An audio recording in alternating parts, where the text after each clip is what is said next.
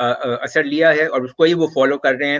کہ انہوں نے بھی 27 رمضان کی رات کو، جو کہ ہمارے لیے بہت مقدس رات ہے، الیکسا ماسک میں انہوں نے اپنی فوج بھیجی، اپنے لا انفورسنگ ایجنسیز بھیجی، اور اس کا بھی نتیجہ یہی نکلا کہ اس کے جو ایلیمنٹس تھے اسرائیل میں، جو رائٹ ونگ ایلیمنٹس تھے، ایکسٹریمسٹ تھے، نیشنلسٹ تھے، انہوں نے اس ایکشن کو بہت سراہا اور ان کی پوزیشن پولیٹیکلی بہت مستحکم ہو گئی.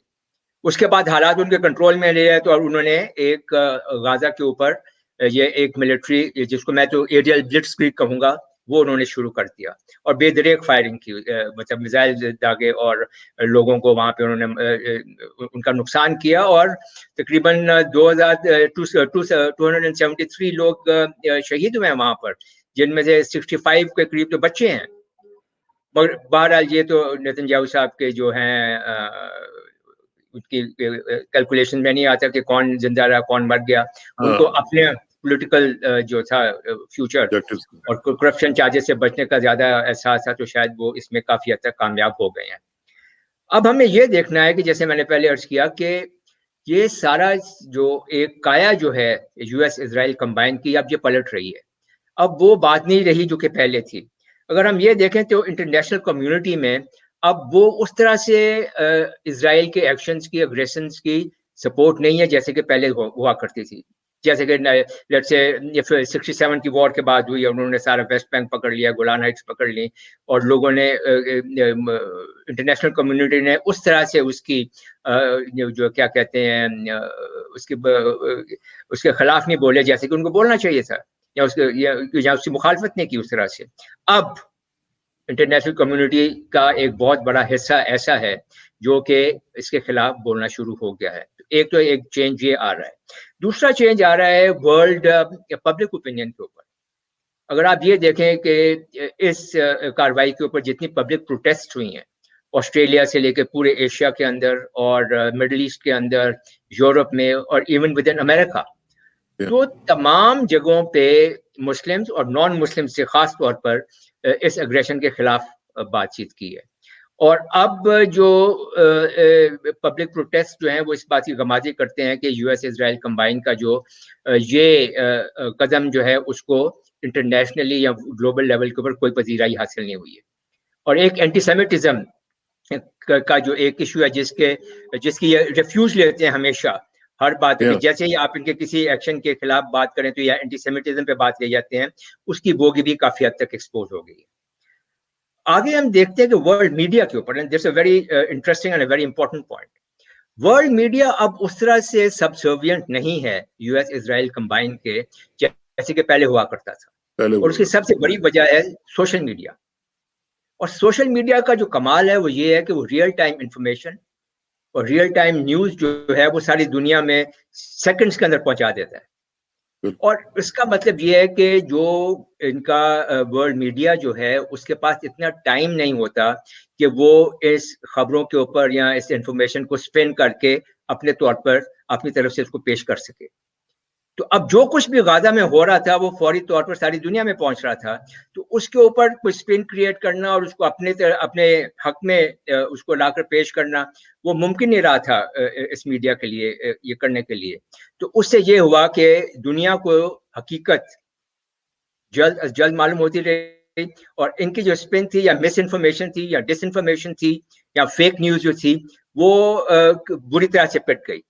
تو ورلڈ میڈیا میں ایک یہ بہت بڑا چینج آیا خاص طور پر سوشل میڈیا کی وجہ سے. اور clearly Israel has lost the media war, اور یو ایس بھی اس کی اس میں کوئی خاص مدد نہیں کر سکا. یہ جو پرسیپشنز کریٹ ہوئے ہیں ساری دنیا میں وہ اب اسرائیل کے حق میں نہیں ہے. اور آخری بات ہم یو این کی بھی کر لیں کہ یو این میں البتہ ابھی یو این سیکورٹی کاؤنسل میں ابھی وہ چینج نہیں آیا، مگر ڈیفینیٹلی وہاں پہ یو ایس جو ہے وہ مکمل طور پر آئسولیٹ ہو گئے. 4 دفعہ تو انہوں نے یو این سیکورٹی کاؤنسل کی اسٹیٹمنٹ کو ہی ویٹو کر دیا کہ اس کو آنے نہیں دیا، اور جس کی وجہ سے پھر پاکستان اور ٹرکی اور دوسرے مسلم ممالک نے OIC اور عرب لیگ کے بینرز تلے انہوں نے یو این جنرل اسمبلی کا یہ ایمرجنسی سیشن کال کروایا اور وہاں پر یہ ساری بات چیت ہوئی. تو اس طرح سے اب یہ دیکھا جا سکتا ہے کہ اوور آل اگر دیکھا جائے تو یو ایس اسرائیل کمبائن کا جو پہلے ہولڈ تھا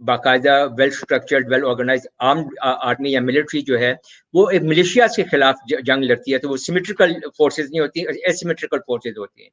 تو اگر لیبنان میں 2006 میں دیکھیں اور غازہ میں 2021 میں دیکھیں تو دونوں جگہ پہ Israel has failed to overcome them. تو یہ جو ایک انوینسیبلٹی کی جو متھ تھی یا ایبسولوٹ سپریمیسی کی, ملٹری سپریمیسی کی متھ تھی اسرائیل کی, وہ بھی کافی حد تک ابھی فریکچر ہوتی ہوئی دکھائی دے رہی ہے. ابھی اگر ہم دیکھیں کہ اس میں ٹیک اویز اگر ہم ایک دو دیکھ لیں تو وہ بہت انٹرسٹنگ ہے کہ اس ساری کاروائی میں جو سب سے بڑی بات یہ ہوئی ہے کہ Hamas in particular and the Palestinians in general have remained undefeated. Israel has not been able to defeat them. Then they remain defiant. اور ان کی جو ملٹری کریڈیبلٹی ہے یا جتنی بھی ان کے پاس قوت ہے, مطلب ملٹری قوت جو ہے وہ قائم و دائم ہے. ایک بات یہ کہی جاتی تھی کہ 20,000 راکٹ ہیں ان کے پاس, اور اسرائیل نے وہ میڈیا کو استعمال کر کے ایسی ایک بیان دیا کہ وہ ابھی لینڈ انویژن کرنے والے ہیں غازہ کی, اور یہ تمام جو ہیں حماس کے جو فائٹرز ہیں یہ اپنے ٹنلز میں گھس گئے تو انہوں نے ٹنلز اڑا دیے اور سب ختم کر دیا. اس کا کوئی ایویڈنس نہیں ہے. 20,000 اگر راکٹس تھے تو ان کی ڈسٹرکشن کا کوئی ایویڈنس نہیں ہے. اگر 20,000 میں سے 10,000 بھی انہوں نے ٹنلز میں یا اپنے اسٹوریجز میں تباہ کیے ہوتے تو کوئی دھماکے ہوتے, کوئی وہاں پہ پتہ لگتا کہ بھئی یہ سب کچھ ڈسٹروائے ہو گئے ہیں. اور سب سے امپورٹنٹ بات یہاں پہ یہ ہے کہ آئرن ڈوم کی ہم بات کرتے ہیں. آئرن ڈوم کی بھی اسرائیل نے ساری دنیا کو آدھی کہانی سنائی. وہ آدھی کہانی یہ ہے کہ یہ ہم نے 80 to 90% راکٹ جو ہیں وہ ہم نے انٹرسیپٹ کر لیے. اگر ہم ان کی یہ بات مان بھی لیں, کیونکہ اس کا ان کی بات کے علاوہ اور ہمارے پاس کوئی راستہ نہیں ہے اس کو ڈٹرمن کرنے کے لیے. تو اس کا مطلب جو 20% 15% جو راکٹس گئے ہیں انہوں نے کتنا ڈیمیج کیا ہے آن گراؤنڈ. ابھی آہستہ آہستہ ویڈیوز باہر آنی شروع ہو رہی ہیں جس میں کہ کافی حد تک وہ جو کافی زیادہ ڈیمیج انہوں نے کاز کیا ہے آن گراؤنڈ. تو یہ آہستہ آہستہ ابھی باتیں سوشل میڈیا ہی کو باہر لے کر آئے گا, اس سے پھر صاف ظاہر ہوگا کہ یہ راکٹ اٹیکس جو ہے یہ کتنے کامیاب تھے اور آئرن ڈوم جو ہے اس کی جو افیکٹونیس تھی وہ کتنی تھی.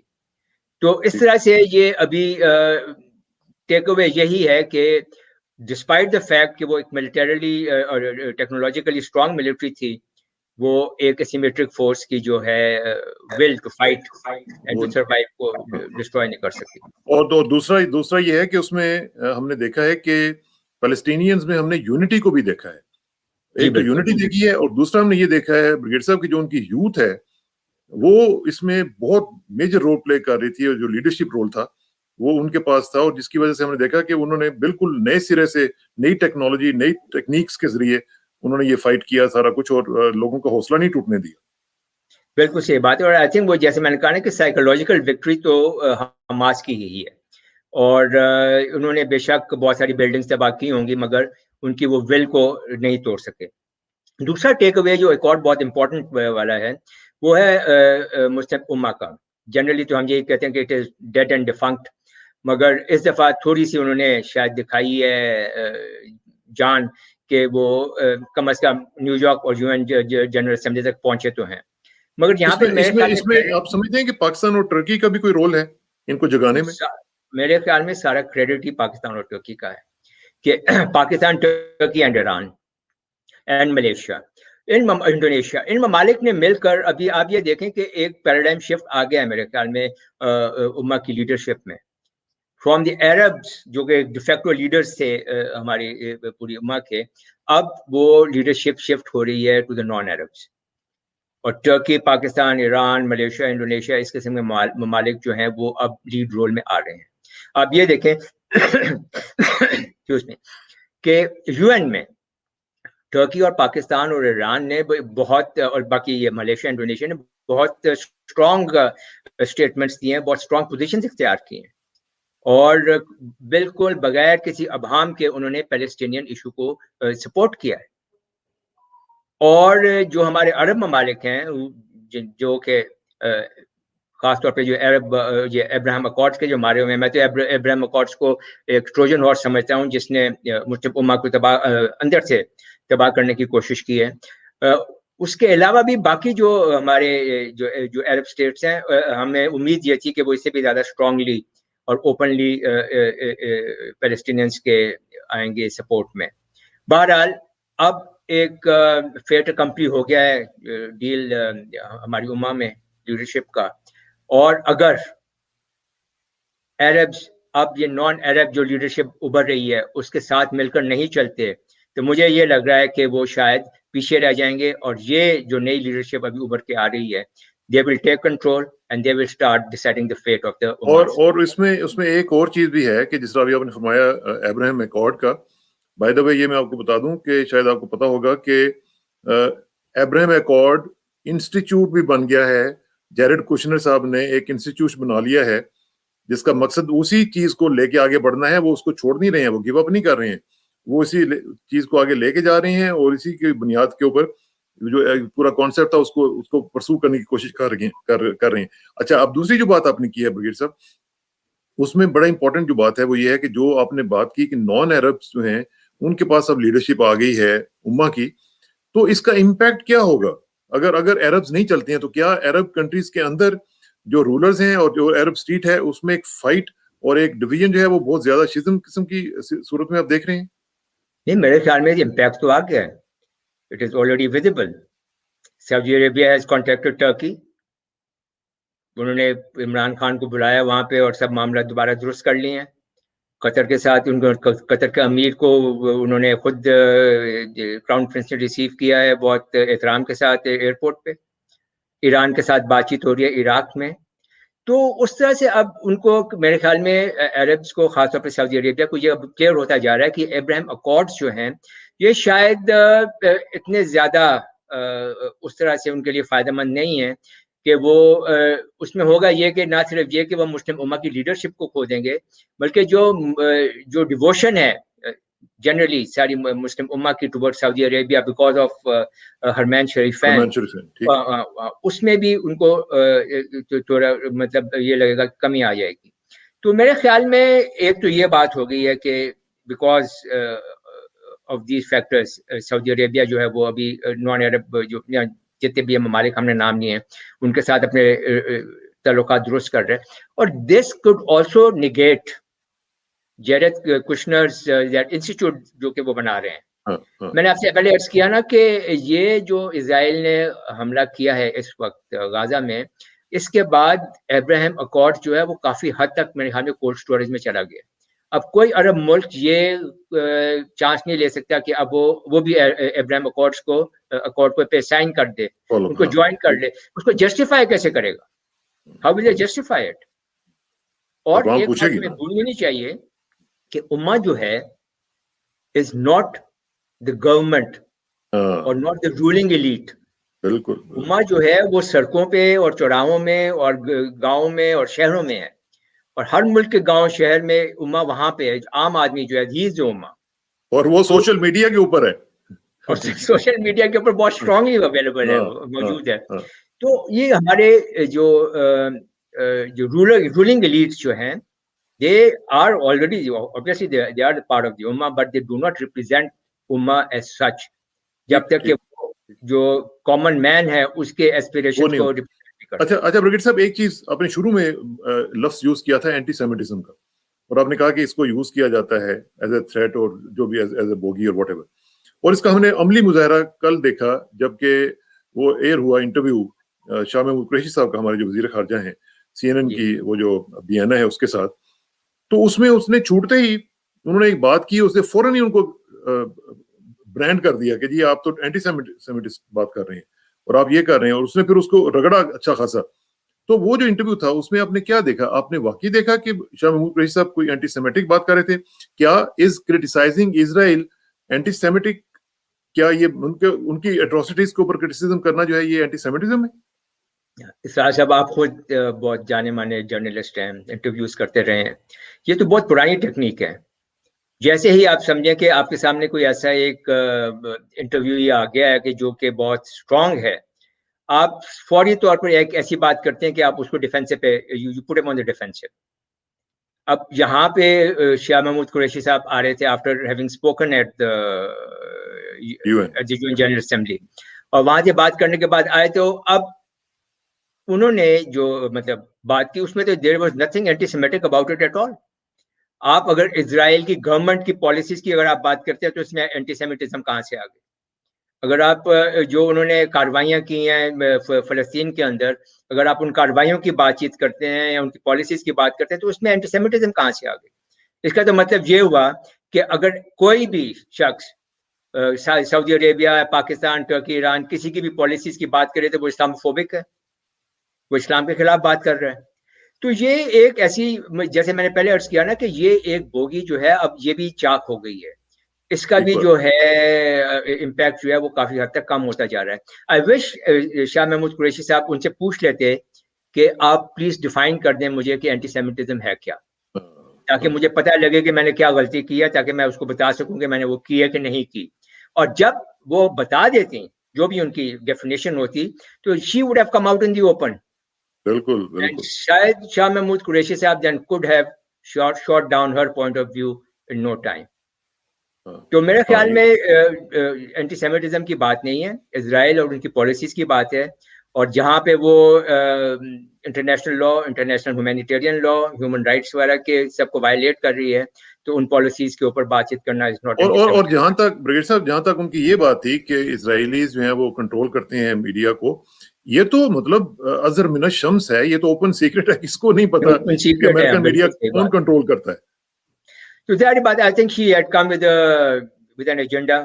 I think she had an agenda, premeditated question تھا یہ, اور ہاں بالکل اس کے سوچ کے. اچھا اب ذرا تھوڑا سا آخر میں یہ مجھے بتائیں کہ اب آپشنز کیا ہیں, کیا ہم کس طریقے سے اسرائیل کو ٹیکل کریں, اور اسرائیل کو ٹیکل کرنے کے ساتھ ساتھ ہمیں یہ بھی دیکھنا ہے کہ جو گیم ہے, جو پوری کی پوری گیم ہے جو اسرائیل نے ہمارے خلاف کھیلی ہے, مسلم امہ کے خلاف کھیلی ہے, کیا ہم وہی گیم پلٹا کے اس کے ساتھ کیوں نہیں کھیل سکتے, امریکہ کو ٹارگٹ کرتے ہوئے. امریکہ میں جس طرح انہوں نے اپنی ایک جگہ بنائی ہے, کیا ہماری کمیونٹی وہاں پہ اتنی گئی گزری ہے کہ وہ یہ کام نہیں کر سکتی وہاں؟ بالکل آپ نے بہت صحیح بات کی. دیکھیں آپشنز تو بہت ہیں, مگر ہمیں سب سے پہلے ساری سچویشن کو سمجھنا چاہیے کہ اسرائیل کی یہ جو اگریشن ہے, یہ اس کی بیس کیا ہے. بنیاد اس کی یہ ہے کہ اس کو امریکہ کی سپورٹ حاصل ہے, اور انسٹنٹڈ, انکنڈیشنل اور انلمیٹڈ سپورٹ ہے. تو ہمیں گراؤنڈ ریئلٹیز کو سمجھنا چاہیے, اس کے بعد ہمیں دیکھنا چاہیے. ابھی اگر ہم دیکھیں تو سب سے پہلی بات تو یہ ہے کہ کیا جنگ ہو سکتی ہے. مطلب یہ کہ آپ یہ ہائپوتھیٹیکلی اسپیکنگ کہ سارے مسلمان جمع ہو جائیں اور وہاں پہنچ جائیں اور جنگ کریں, تو میرے خیال میں that is not a very practical thing, اور اس کو کوئی بھی ایکسیپٹ نہیں کرے گا, انٹرنیشنل کمیونٹی بھی ایکسیپٹ نہیں کرے گی, اور ہمیں کچھ سپورٹ بھی کہیں سے نہیں ملے گی. That is not a very likely option that can be adapted. دوسری بات کی جو ہمارے فارن منسٹر صاحب نے, شاہ محمود قریشی صاحب نے, اور ٹرکس نے بھی, کہ ایک انٹرنیشنل پروٹیکشن فورس وہاں پر بھیجنی چاہیے فلسطین کے اندر. تو اگر ہم انٹرنیشنل پروٹیکشن فورس, مطلب یہ جو میں سمجھتا ہوں کہ یہ U N peacekeeping force ہی ہو سکتی ہے جو کہ وہاں پہ جا سکتی ہے, اور وہ ایسے ممالک سے ڈرا کی جائے کہ جو کہ نیوٹرل اسٹانس رکھتے ہوں between Israel and the Palestinians. تو یہ ممکن نہیں ہوگا, کیونکہ جیسے یہ یو این سیکورٹی کاؤنسل میں جائے گی, وہاں پہ یو ایس اس کو ویٹو کر دیں گے, فرانس ہے اور یو کے ہے, وہ شاید اس کو نہیں کرنے دیں گے. تیسری ایک آپشن آتی ہے امہ کے پاس, واٹ شوڈ دی امہ ڈو. تو ایکسکیوز می ایک سیکنڈ, کوئی بات, ٹیک یور ٹائم, کوئی مسئلہ نہیں. امہ جو ہے, امہ کو میرے خیال میں اگر اپنا کوئی امپیکٹ کریٹ کرنا ہے ریجنل لیول پہ اور گلوبل لیول پہ, تو الگ ہو کے وہ نہیں کر سکتے. ان کو اپنے آپ کو یونیفائی کرنا ہوگا, یونائٹ کرنا ہوگا. جو بھی لیڈرشپ ہو, چاہے آپ کسی ایک ملک کو بنا دیں یا ایک کاؤنسل بنا دیں, وہ کاؤنسل ہی جس میں عرب نان عرب بھی موجود ہوں, اور وہ کاؤنسل مل کر پوری امہ کو لے کر چلے. OIC ہے, OIC کو آپ زیادہ فعال کر دیں, اس کو زیادہ ایکٹیو کر دیں. اور سب سے امپورٹنٹ بات یہ ہے جب ہم یونیفیکیشن کی بات کرتے ہیں امہ کی, the interests of the ummah must prevail over the interests of individual countries. Absolutely. That is very important. That is the key factor in this thing. کہ جس دن ساری امہ کے جو انٹرسٹ ہیں, فلسطین, کشمیر, روہنگیا, جب یہ زیادہ امپورٹنٹ ہو جائیں گے بجائے اس کے کہ UAE جو ہے وہ اسرائیل کے ساتھ اپنے تعلقات درست کر لے, یا بحرین جو ہے وہ اس کے ساتھ اپنے تعلقات درست کر لے, تو جب ہم یہ ایک سٹیج پہ ہم آ جائیں گے تو ظاہری بات ہے کہ ہماری کلاؤڈ جو ہے پولیٹیکل اکنامک تو ہے ہی ہے, ملٹری کلاؤڈ جو ہے وہ بھی بہت بڑھ جائے گا. اس کے بعد ہمیں چاہیے کہ ہم ایک ڈپلومیٹک اوفینسو پہ جائیں اور تمام میجر کیپٹل جو ہیں ان کو ایز این امہ اپنے جو ایشوز ہیں اور اپنے جو پوائنٹس آف ویو ہیں ان کو ہم بتائیں. ایک میڈیا اوفینسو اس کے ساتھ چلے جو کہ ورلڈ اوپینین اور public opinion, world public opinion کو مولڈ کرے, اور ایک انٹرنیشنل پریشر جنریٹ کرے جو تمام گورنمنٹس کے اوپر اثر انداز ہو, اور وہ گورنمنٹس بھی ایک مطلب پرو مسلم امہ ایک سٹانس اڈاپٹ کرنے کے لیے ان کو راغب کریں. اور ایک آخری بات جو سیکنڈ لاسٹ بات جو کہ آپ نے جس کی طرف اشارہ کیا, I think that is the key now to the further actions by the امہ, وہ ہے لابنگ. آپ یہ دیکھیں کہ اگر آپ نے اسرائیل کے جو امپیکٹ ہے یا اس کا افیکٹ ہے یا انفلوئنس ہے ان دا US گورنمنٹ, اس کو آپ نے نیوٹرلائز کرنا ہے یا اس کے برابر آنا ہے یا اس کو کسی طرح سے اس تک پہنچنا ہے, تو you will have to beat Israel at its own game. That, اور ہم نے پہلے یہ بھی بات کر لی ہے کہ پورا اس پیلسٹین ایشو کا, اسرائیل پیلسٹین ایشو کا جو سینٹر آف گریوٹی ہے, that lies with the US policies and US government. تو اگر وہاں پہ لابنگ کر کے بیسٹ قسم کی لابنگ فرمز آپ ہائر کریں, پیسے کی کسی ان کے اربوں کے پاس یا ممالک اسلامک ممالک کے پاس کمی نہیں ہے, ان کو آپ استعمال کریں, پھر آپ کو اوپننگز مل رہی ہے. ڈیموکریٹک پارٹی کے اندر Bernie Sanders is a leading spokesman, ان کو آپ اپروچ کریں. پھر وہ 4 خواتین جو ہیں, وہ خود جیوش ہیں, خود جیوش ہیں, لیکن یہ کہ ہی از ویری گڈ ایکچولی. جی بالکل. پھر بے شمار جیسے وہ 4 خواتین ہیں, اس کے علاوہ بھی اور بھی بہت سارے جو ڈیموکریٹ کانگریس پرسنز ہیں, ان کو آپ کانٹیکٹ کرتے ہیں. مطلب ایک آپ اوپینین جو ہے یہ جو کہ US کانگریس میں اور US گورنمنٹ کا ہے, اس کو آپ انفلوئنس کرنے کی کوشش کر سکتے ہیں. اور اگر وہاں پہ آپ کو کوئی کامیابی حاصل ہوتی ہے تو پھر آپ یہ کام کر سکتے ہیں کہ جو عرب پیس انیشیٹو تھا اس کی طرف آپ چاہیں, آپ ایک ڈپلومیٹک ایفرٹ کر کے ایک پریشر جنریٹ کر سکتے ہیں کہ عرب پیس انیشیٹو کو اسرائیل جو ہے وہ سیریسلی لے. جب آپ US کانگریس کے اندر سپورٹ حاصل کرتے ہیں, US گورنمنٹ کے اندر سپورٹ حاصل کرتے ہیں, ورلڈ میڈیا میں, ورلڈ اوپینین میں آپ سپورٹ حاصل کرتے ہیں, تو ایک اتنا پریشر انٹرنیشنلی جنریٹ ہو جائے گا کہ پھر عرب پیس انیشیٹو جو ہے, جو کہ 2002 میں کراؤن پرنس عبداللہ نے شاید کیا تھا, تو وہ اس کے اوپر پھر کام کیا جا سکتا ہے. اور میرے خیال میں اس پیس پروسیس کو ہمیں دوبارہ ریوائیو کرنا ہوگا. اور صرف آخر میں صرف یہ کہوں گا بریگیڈ صاحب کہ یہ پوری سچویشن جو آپ بتا رہے ہیں, اس میں مجھے ایسا لگتا ہے کہ ایک جو اوپننگ آپ نے ورڈ یوز کیا, اس میں ایک اوپننگ اور بھی ہے, اور وہ ہے پاکستان کا رول. اور پاکستان کو میرا خیال ہے کہ اس پوری سچویشن میں ایک اللہ تعالیٰ بہت بڑا رول دینا چاہ رہا ہے, اور اب ڈپینڈ کرتا ہے کہ ہماری لیڈرشپ اس رول کو لیتی ہے کہ نہیں لیتی. اس وقت وہ رول کھلا ہوا ہے. عمران خان صاحب اگر تھوڑا سا یہ مافیا سے نکل سکیں اور تھوڑا سا فورن پالیسی لیول کے اوپر بھی اپنا ایک رول پلے کر سکیں, میں سمجھتا ہوں کہ وہ رول یہ جو ابھی کھل رہا ہے اس کو اپنائیں, اور پاکستان کو ایک لیڈنگ رول جو ہے وہ مل سکتا ہے پوری مسلم امہ میں. اور Pakistan is I think highly and ideally placed, اور میرا خیال ہے کہ عمران خان صاحب کو اس طرف سوچنا چاہیے. Do you agree with it brigade صاحب؟ آخر میں صرف یہ بتا. ہاں 100% and I think we must take this initiative. بالکل ٹھیک ہے, بہت بہت شکریہ. انشاءاللہ اللہ تعالیٰ توفیق دے ہماری قیادت کو کہ وہ اپنی ذات سے اٹھ کے اوپر, مافیا سے اوپر اٹھ کے مسلم امہ کے لیول پہ جا کے سوچنے کی کچھ